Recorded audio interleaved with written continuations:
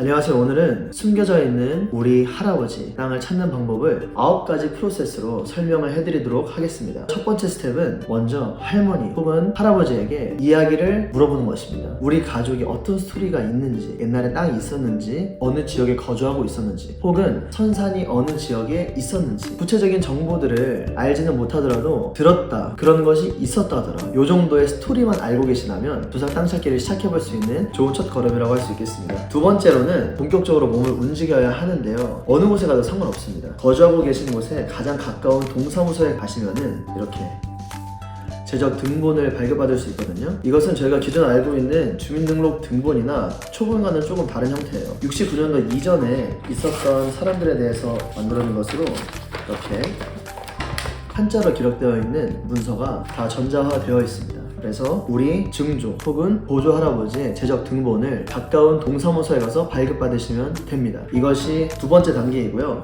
세 번째 스텝은 이제는 국가기록원에 방문하는 것입니다. 전국에 4개 지역의 국가기록원이 있는데요, 서울 혹은 경기도에 거주하고 계신 분들은 종로에 있는 서울기록정보센터에 방문하시면 되겠습니다. 그러면은 토지조사부와 임야조사부를 발급해 주는데요, 이렇게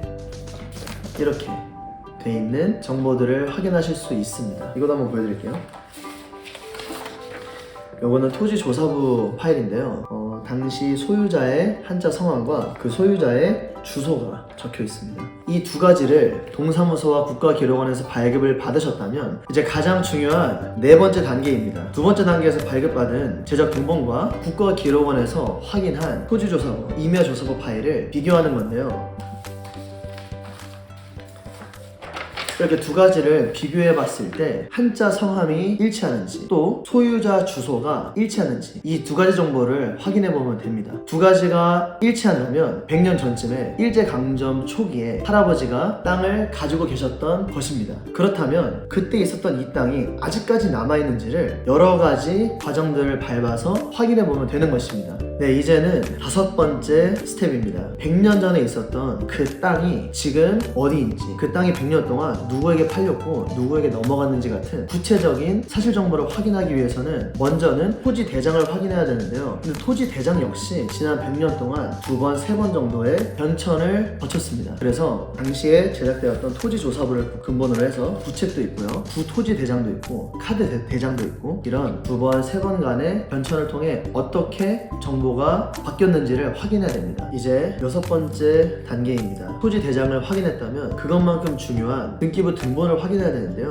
토지 대장처럼 등기부 등본 역시 지난 100년의 세월 동안 몇 번의 변화가 있었습니다. 그래서 100년 전 등본 내역부터 시작해서 지금 등본까지 내역들을 구체적으로 확인하는 과정을 법원 등기소에 가서 확인을 해야 됩니다. 토지 대장 내역과 등기부 등본 내역이 우리 할아버지의 제적 등본 내역과 일치하는지, 3가지 주요 사실들을 크로스 체크해서 어떻게 됐는지를 확인하는 것이 구체적인 땅 찾는 과정입니다. 그러한 과정들을 모두 마쳤다면 이제는 7번째 단계로 넘어가는데요, 7번째 단계에서는 소송을 갈지 말지 여부를 판단하는 과정입니다. 3가지 정보를 크로스 체크한 결과 크게 3가지로 경우가 나뉠 수 있는데요, 첫 번째로는 100년 전에 우리 할아버지 땅이 그대로 남아있는 경우가 있습니다. 소수긴 하지만 저희 할아버지도 그런 경우였고요, 그대로 땅이 남아있는 경우에는 그냥 상속관계를 증명하고 받아오면 됩니다. 두 번째 경우에는 이 땅이 지금은 우리 할아버지 이름으로 되어 있지 않지만 국가에게 넘어가 있는 경우인데요, 국가에게 유상으로 팔렸을 경우 말고 무상으로 넘어갔을 경우에는 소송을 통해 가져올 수 있습니다. 그리고 세 번째 경우는 옛날엔 우리 할아버지 땅이었지만 지금은 다른 사람의 땅이 된 케이스인데요, 이때도 100년의 세월 동안에 국가가 어느 한 시점에 무상 몰수했었다가 권리 없이 제3자에게 팔았던 경우라면 국가를 상대로 손해배상 청구를 할 수가 있습니다. 이렇게 3가지가 제일 대표적인 케이스인데요, 각각 케이스별로 수많은 판례들이 확립되어 있습니다. 모든 정보들을 확인해본 결과 소송 가능한지, 소송에서 승소할 가능성이 있는지,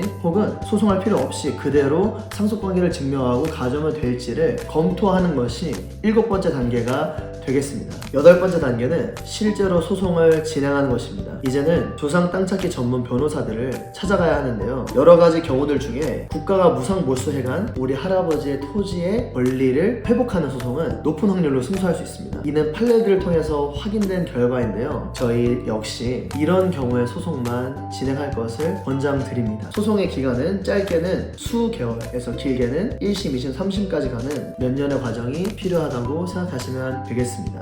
이제 마지막 9번째 단계입니다. 여기에서는 상속관계를 증명하고 법정 상속 비율대로 가족들이 지분을 나누는 것인데요. 이는 두 가지로 크게 나뉠 수 있습니다. 1960년 이전에는 장자 단독 상속이었기 때문에 증조 고조 할아버지의 땅이 장자에게 단독으로 상속됩니다. 하지만 1960년 이후에 토지 소유자가 사망했더라면 가족들에게 법정 비율대로 상속이 되는데요. 요건 역시 그 시점에 상속법에 따라서 비율이 달라집니다. 현재는 배우자가 1.5배를 가져가고 자녀들이 동일하게 나눠 갖는 것으로, 예를 들어서 우리 집에 할아버지가 땅의 소유자인데 돌아가셨을 경우에 할머니 혼자 계시고 자녀가 둘이었다면 자녀 둘과 배우자였던 할머니가 1대 1.5의 비율로 나눠서 상속하게 됩니다. 그래서 우리 할아버지 땅이 그대로 남아있었던 경우 혹은 소송을 통해서 찾은 경우에는 최종적으로는 상속법의 비율에 따라서 나눠지는 금액이 결정된다고 보시면 되겠습니다. 이렇게 9가지 과정을 걸쳐서 우리 할아버지의 땅을 찾을 수 있습니다.